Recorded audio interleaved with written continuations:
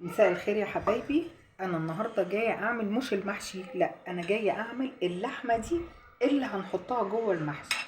دي والدتي بقى بتعملها لنا يمكن من 30 سنه فاتوا، مسمياها اللحمه المكموره، مش عارفه ليه. ما علينا. دي لحمه بلدي احنا متبلاها من الصبح بدري، يعني بقالها تقريبا 5 ساعات في التتبيله دي. انا هقول لكم التتبيله بصل مفروم جامد، ملح وفلفل وبهارات، بس مفيش اي حاجة تانية، فص ليمون بس وخلاص. دي التتبيلة دي بس لازم تقعد كتير، ولو تقدروا تحطوا نص معلقة سكر يبقى اوكي. احنا بنجيب اللحمة وندقها زي ما انتوا شايفين كده، نرققها على قد ما نقدر، كلها اهي رقيقة. دي وكنت قطعاها من لحمة كنت شارياها وخدت القطع دي. بصوا حبايبي، شوفوا القطع اهي مدقوقة ومتبلة، لازم على الأقل 4 5 ساعات. بصوا بقى، أنا حاشية هنا الصف الأولاني خلاص. هرص اللحمة. طب مثلا انتوا عاملين لحمة كمية، يبقى هنكبر الحلة شوية ونكتر. بصوا لو عاملين كمية كبيرة يبقى هنكتر اللحمة، لان ايه يستحسن انها تبقى مرصوصه ما تحطش فوق بعضها خالص. هتستوي ازاي؟ بص ثانيه. احنا عايزينها تبقى مفروده كده عشان ايه تدخل في السوا مظبوط. بصوا اهي، هنزق دي كده. عايزينها تبقى مفروده كده وجميله عشان تشرب ايه العقد بتاعها او الميه اللي هنسقيها لها. طبعا احنا الميه لازم تكون سخنه اهي. بصوا ماشي، شايفين الجمال ده؟ طب نقدر نحط الحتة دي هنا عشان تشرب من. بصوا شايفين الجمال؟ خلاص كده، خلاص. دي حتة كمان، دي مش هنحطها بقى اللي ايه مش عارفين، هنشوفها زي كده اهي. لازم تبقى مترصصة كده، شايفين العظمة؟ طبعا الدهنة دي بقى هتسيح وهتعمل ايه جو مش قادرة اقول لكم.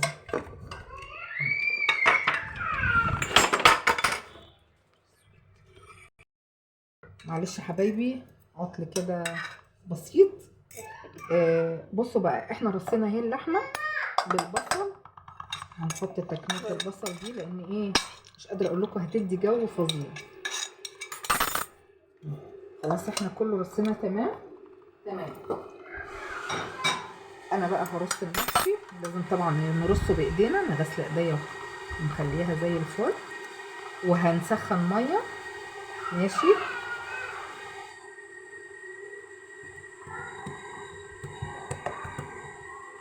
انا عندي بس معلومه صغيره، اللحمه يا جماعه لازم تكون يا اما بتلو يا اما بلدي، ما بتغيبش في السوا علشان بس تستوي بسرعه. ولازم على الاقل 4 5 ساعات في التتبيله اللي انا قلت عليها، ما فيهاش جديد. بصل ملح وفلفل وبهارات، وعصير الليمون طبعا، معلقه سكر عشان تساعد على تسويه اللحمه بسرعه.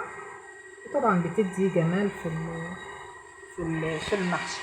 انا عايزه اقول لكم كمان معلومه، لو انتم عايزين تحطوا صلصه في المحشي، شوربه، اللي يعجبكم ده بقى ايه متاح تحطوا اللي انتوا عايزينه.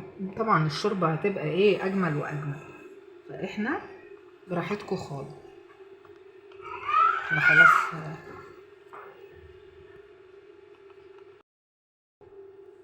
بصوا كملنا اهو. حط الميه سخنه، ما عنديش شوربه.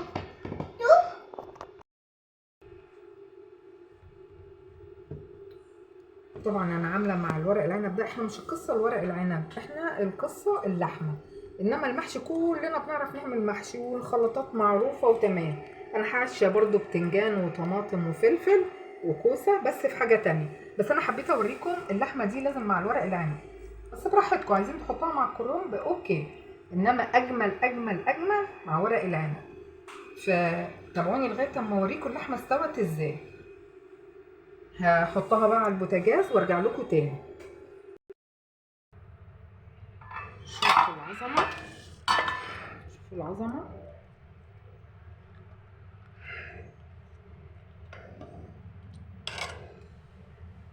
ايه ده فين؟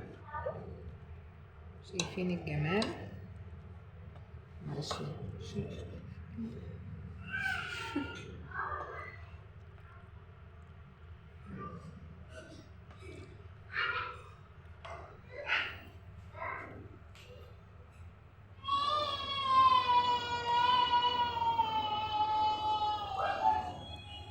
بصوا مش قادرة اقول لكم على ريحتها، ريحتها تحفة تحفة.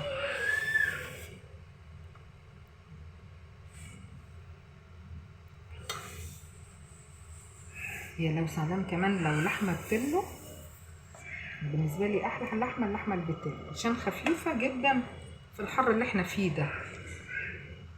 المشكلة بقت صعبة جدا في الحر. شايفين؟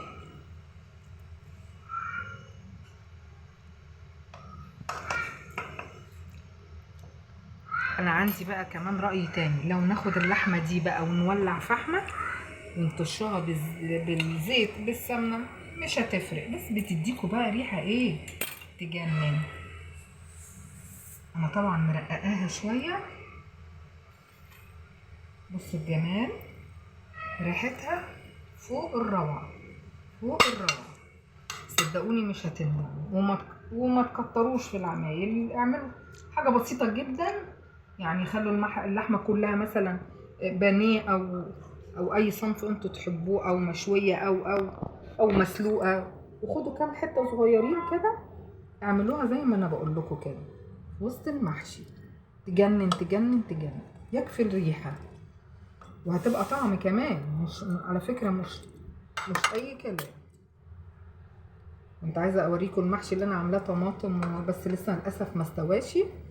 انا عايزة اوريكم الجمال ده وهو سخن كده،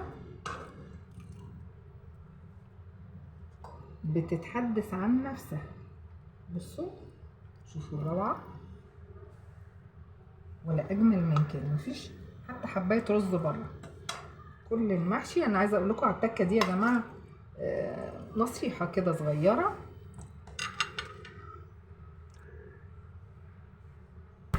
بعد ما بنحط المية او الشوربة بتاعت المحشي بنعمل ايه؟ بنجيب غطا مساحته اقل من الحلة دي ونكفيها على المحشي لمدة ربع ساعة تقريبا، وبعدين نشيل الطبق ونكمل باقي سوى المحشي. مش الطبق بس، طبق وغطا الحل، لان ده ما بيخليش المحشي يطلع الرز. تقاليد قديمة كده كانوا اهالينا بقى الكبار بيعملوها، بس انا اتعودت الحكاية دي، بس بصراحة بتفرق جامد. بتلاقي اللي احنا شايفينه ده بصل، ده بصل اللي طالع بره ده بصل، البصلة بتاعت اللحمة. شوفوا الروعة، السخنة مولعة انا مش قادرة اصلا امسكها. بصوا الجمال، الطبق بيتحدث عن نفسه فوق الروعة.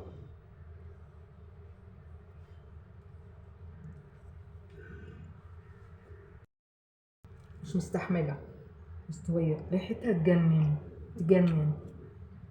ممكن ناخد اللحمة دي في طبق وعليها بقى الفحمة وتشرب تبقى مشوية، ونقربها برضو من المحشي كأنها مشوية جنب المحشي.